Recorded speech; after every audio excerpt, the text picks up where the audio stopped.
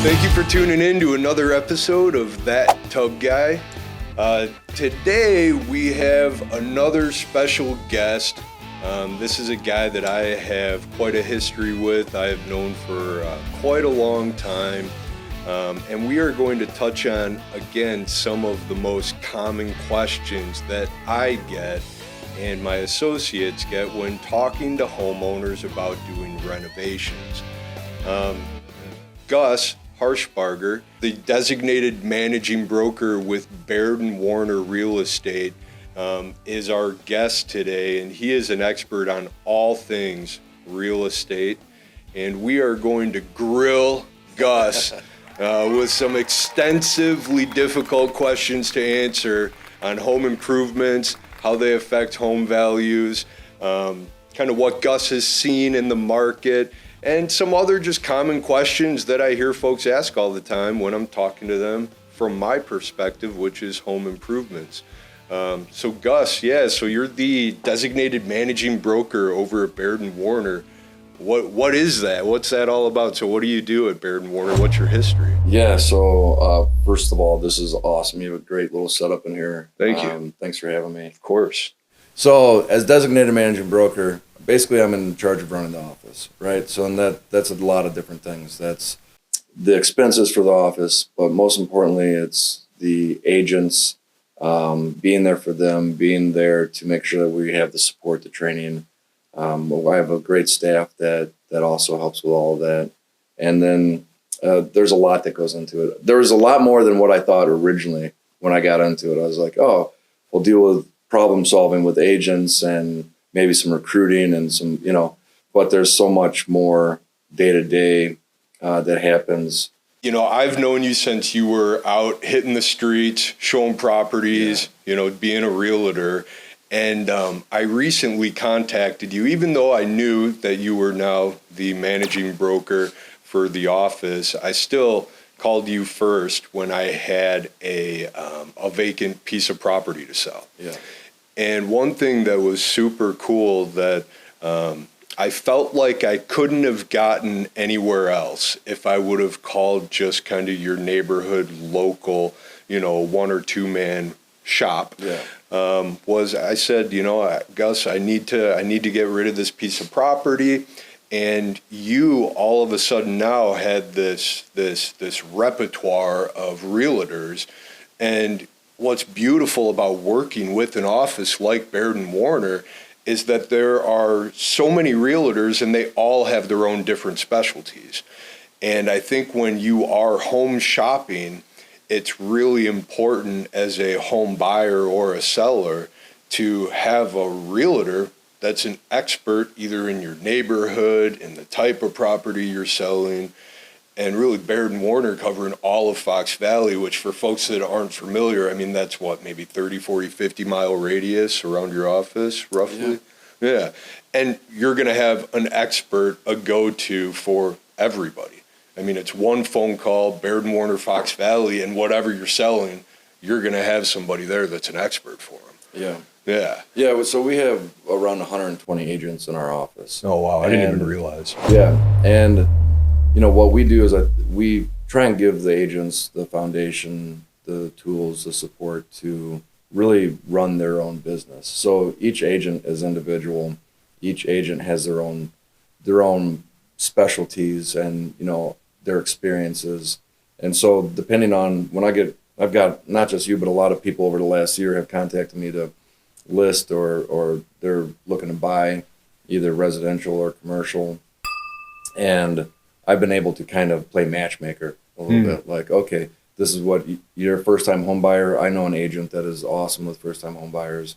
Or you're a senior. There's agents that are in my office that are specialized in working with seniors, right? So, or commercial. It just depends on what the client's needs are. Exactly. Yeah. Playing matchmaker is pretty cool. And that I just saw so much value in that where I didn't realize that before, because at the end of the day, I was just working with Gus Harshbarger. I wasn't necessarily working with Baird Warner in my eyes, Right. So the other thing, when I have managed people in the past, I always, I started off doing all the work. So all the trades, I could do the trades. If it was putting in a walk-in bathtub or putting in a shower, it's like I've done it more than anybody else who ever worked for me had done it. And I was always that go-to guy. Now, you may not necessarily have the seniority over all your realtors that you're working with at your office, but there's no question at all that you've been out there in the field, you've done it. I mean, it's that perspective that you have when managing people or an office. It's like, I've been there, I've done that, I know where you're coming from. And I'm sure everybody who's working for you really appreciates that, man. Yeah, experience definitely helps. Being that I think I've been a part of around 400 deals, either buy or sell on residential or commercial or rentals. Been a part of a lot of different transactions, and the thing is that's really wild is every day there's something new. Even still, like all that has done for me is it's given me experience, but the most experience it's given me is like the ability to solve problems, right? Because things pop up, things don't always go smoothly. And figuring out a way to get to the closing table, figuring out a way to hit the goal, that's what I think all of those experiences have given me. Yeah, very well-rounded. And talking about your realtor days, one thing I wanted to touch on was some experiences that you and I have had together. Yeah. One in particular, we've probably, I think, I was thinking about it prior, for actual PIN numbers that we've done transactions on and a lease, we've probably done 4 or 5 different things together. But specifically, there was a time where I wanted to look at some investment properties. And I know you probably know where I'm going with this, but I sat down with Mr. Harshbarger and I said, man, I've got this much money to spend. And I think my budget was like $100,000. I think we sat down and part of that needed to be all the renovations. Part of that needed to be purchasing the home. So you kind of looked at me like, well, what am I supposed to do with this? You don't want to take out a loan too. So we started looking at what I would call the worst properties on the market. Yeah. I mean, these things were like falling over, but I walked into these things and I was like, I can fix this. This isn't going to be a problem, running the numbers, putting offers in. Never ended up getting anything, but I drug you to some places where we opened the doors and we didn't even want to step foot. Oh, you wanted to go in. You were like, I'm heading in there. Yeah. Yeah. It was an adventure. It was the timing too, though. We actually had something to pick from because I think that was still like maybe, we hadn't fully come out of the downturn. There was still some properties out there to see in those price points. And there were still some foreclosures and short sales and really distressed property. Exactly. But I remember we saw some gems, that's for sure. But you know what? Nowadays it's hard to find those. Yeah, there's a lot of people that want to invest in property and do a flip or remodel or something like that. And it's hard. I still browse around, I still kind of see what's out there, and there's nowhere near the inventory. It's as if they were all fixed up back when we were looking for them, like they all got foreclosed. Somebody bought those. So I guess that brings me to my next question in my grilling session here with you, which is let's talk about home improvements. So you've got buyers, you've got sellers. I know what the potential sellers ask. People who aren't even in the market to sell their home, but they oftentimes look at home improvements as return on investment. When I do someday decide to sell my home, am I going to get the money back for these different improvements? But I was curious, sellers, when you are working with them, or even buyers, are there any just frequently asked questions that a realtor would get, or any frequently asked advice that you might give to people you're representing? Yeah, so it's basically 2 different groups and 2 different answers. Because if you're a seller and you're looking to sell within the next year, the answer is going to be a little bit different. If you're a buyer and you're looking at a house and you're like, well, if I remodel this kitchen or if I do this, is it going to be worth it long term? And the answer to them is enjoying, is it about enjoying your time at the house and investing in this so that you're getting the full use out of it. Because then the return on investment it's hard to measure that, right? Because you're getting actual fulfillment from it, and you're also improving the property. So I think in that case, a lot of times the answer is go ahead and do it, and sooner than later, so that you have more time to enjoy it, right? For sellers that are looking to update their home to sell, it all depends. It depends on how much their updates are going to cost. It depends on their comps. So that has a lot to do with if it's worth it or not. You take a look at what the house is going to sell for, and that's based off of the comparable sales. And in those comparable sales, are those houses updated? Are those houses, I mean, if you see two comps that they have brand new, shiny kitchens, and one that has, 1970s or, it's an outdated kitchen, then you can almost find how much that value is, right? Right. And then it also depends on the price point. So updating a bathroom in $1 million house is going to cost a substantial amount more than updating a bathroom in a $250,000 house, right? Yeah. So do you see the dollar for dollar? Sometimes you do, and sometimes you see more, and sometimes it's not as much. So if it's not as much, then you're like, is it worth doing? And a lot of it comes down to sellability. So maybe it's not a dollar sign value, but you sell the house faster, and if you sell it faster, then it's usually you're selling it for a higher price. Yeah, absolutely. So one thing you said was, if you have a new kitchen versus an old kitchen, updated versus not updated. So we get a lot of questions, historically about specifics. If I take this bathtub out and I put a shower in, if I do this type of flooring versus that type of flooring, really from a realtor's and a real estate sales perspective, it's not so much that you're going in and micro analyzing the fixtures that somebody picked out. It's more of like a broad brush, like you've got a modern bathroom with a modern shower valve and a nice updated clean. Is that true? Like update versus non-update, not so specific on selections? It depends on price point too. Because I mean, if you're with a higher end home, you need higher end finishes. That's just the buyer that is buying that house is probably expecting a certain type of finish and expecting a certain brand or style. And, I think you get away with a little bit more leniency on that and the lower price points. Okay.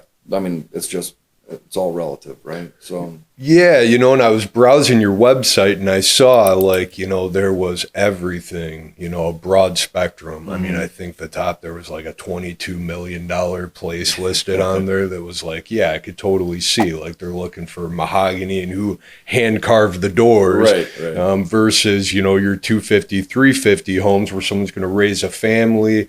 And at that point, it's not what make or model or brand is on the faucet. It's that, hey, I can move into this home and I can get to work raising my family and living in the home. Yep. And that's probably the majority of customers, clearly. Yeah. I mean, the 22 million, it's a very special place, right? Definitely. Yeah. So that also kind of makes me curious about another demographic that I have worked really closely with, which is senior citizens and also folks with mobility issues or disabilities. And these folks are making changes to their homes that are very specific to their needs. Widening doorways, widening hallways. These are permanent things that they do to their home, where in my opinion, those specifically widening things, they're going to be okay with anybody. You got a 36-inch door instead of a 28-inch door.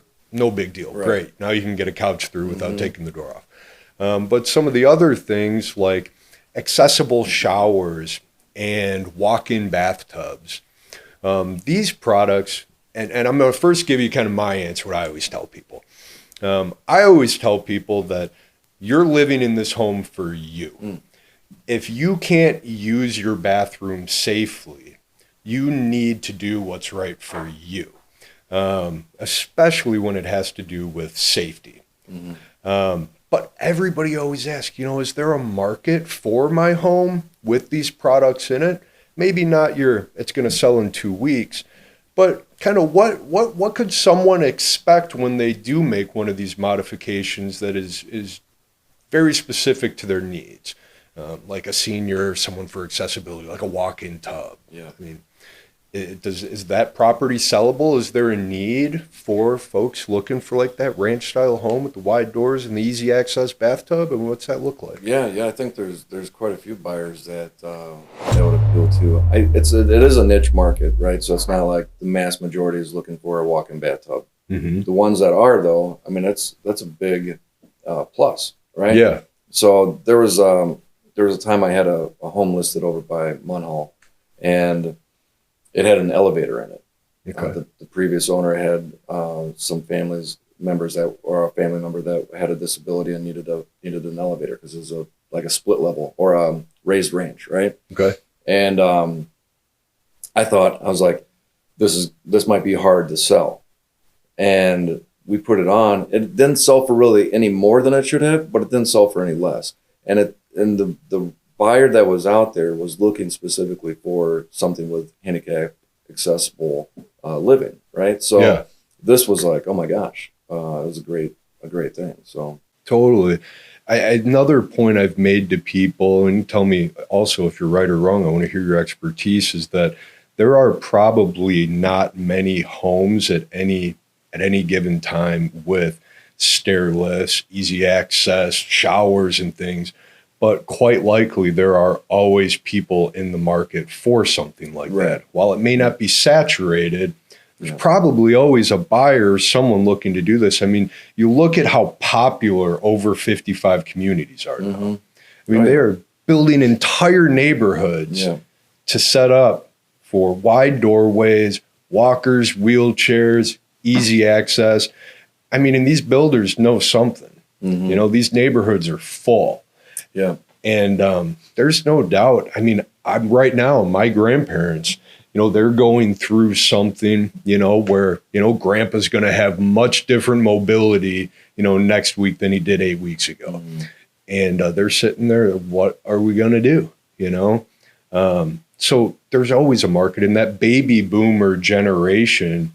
They say the over 65 age, and these are statistics that I read months ago, but it's the fastest growing segment of our population.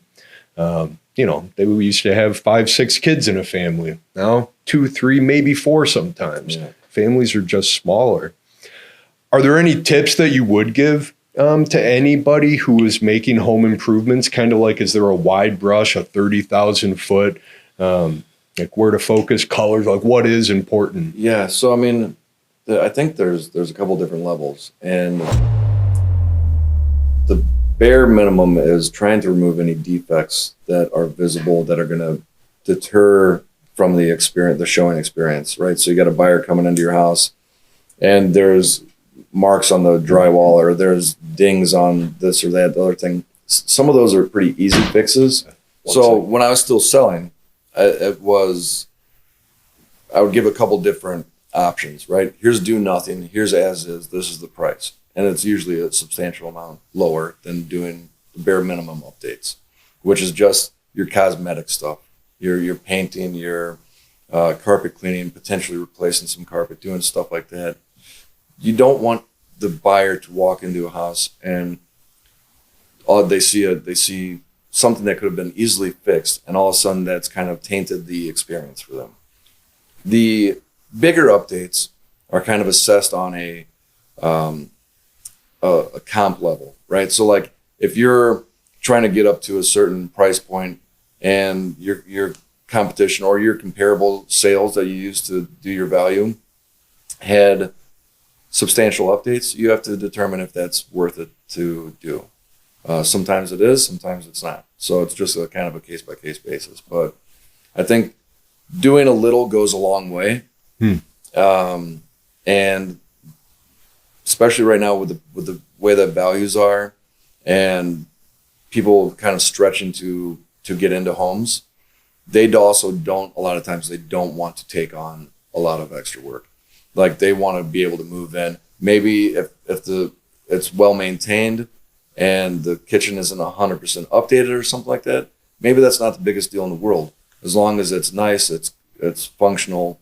It all depends on kind of each individual property. But, it makes a ton of sense, and in my mind, I'm sitting here and I'm kind of comparing your standard, your 3-4 bedroom, couple bathroom home, again, to that $22 million estate. Right. And historically, and I think the reason that we just don't encounter those kind of one-off amazing properties are just that when they're built the first time around, they're so timeless.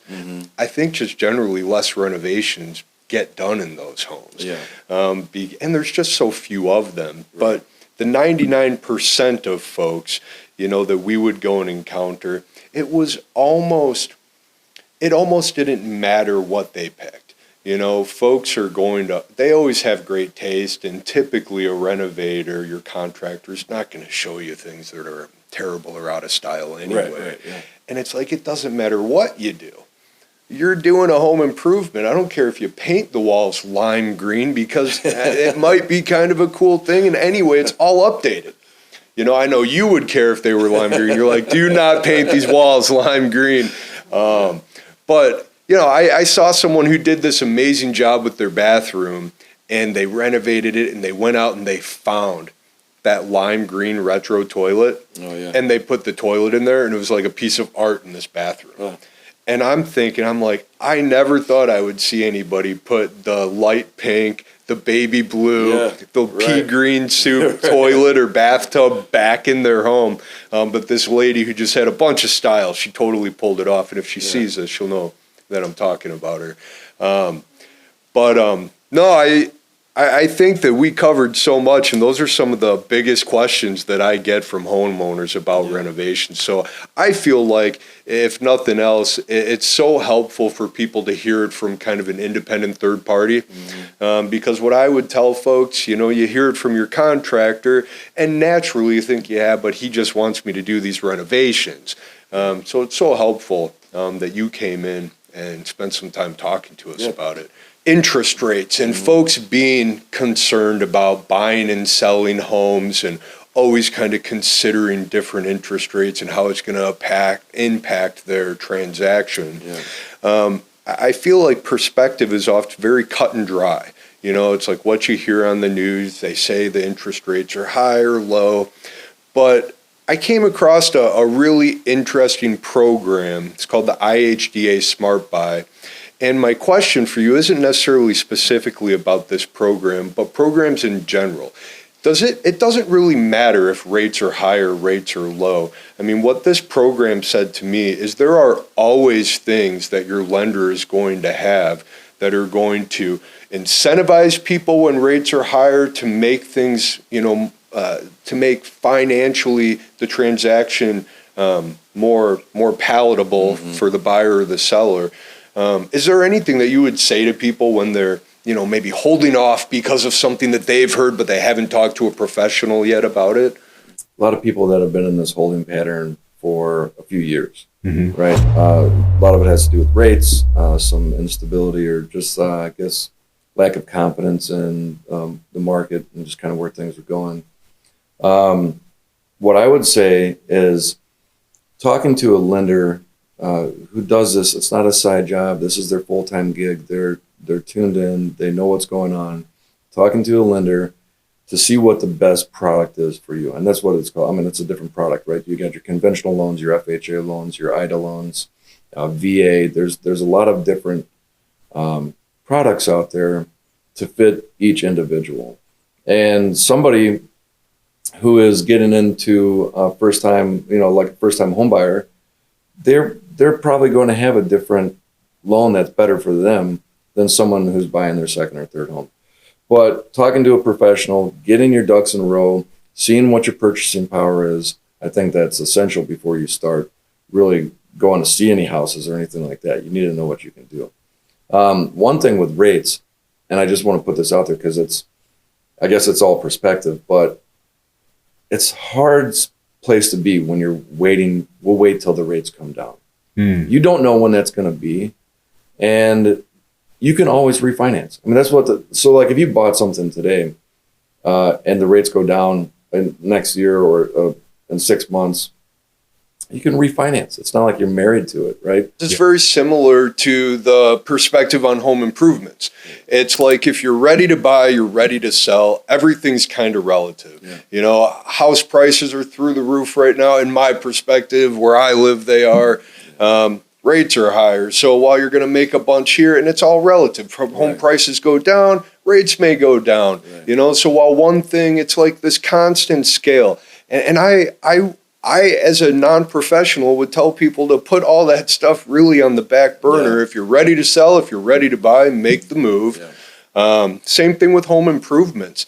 I mean, if there's something you need to have done, whether it's for safety or just because you like it, don't make all your decisions based on that return on investment. Shop around for your contractor, find the absolute best contractor you can. You know, in our area, if anybody ever needs recommendations, I can certainly give some. Watch all my other videos. We've got some amazing contractors. You know, you're Fox Valley, so in your area, there's Fox Valley Home Services. There's a company, Tub Today. These are two great starts right in the Fox Valley or Chicagoland area if you're looking for home renovations. But watch my last video on how to shop for a contractor if you are looking to have renovations done.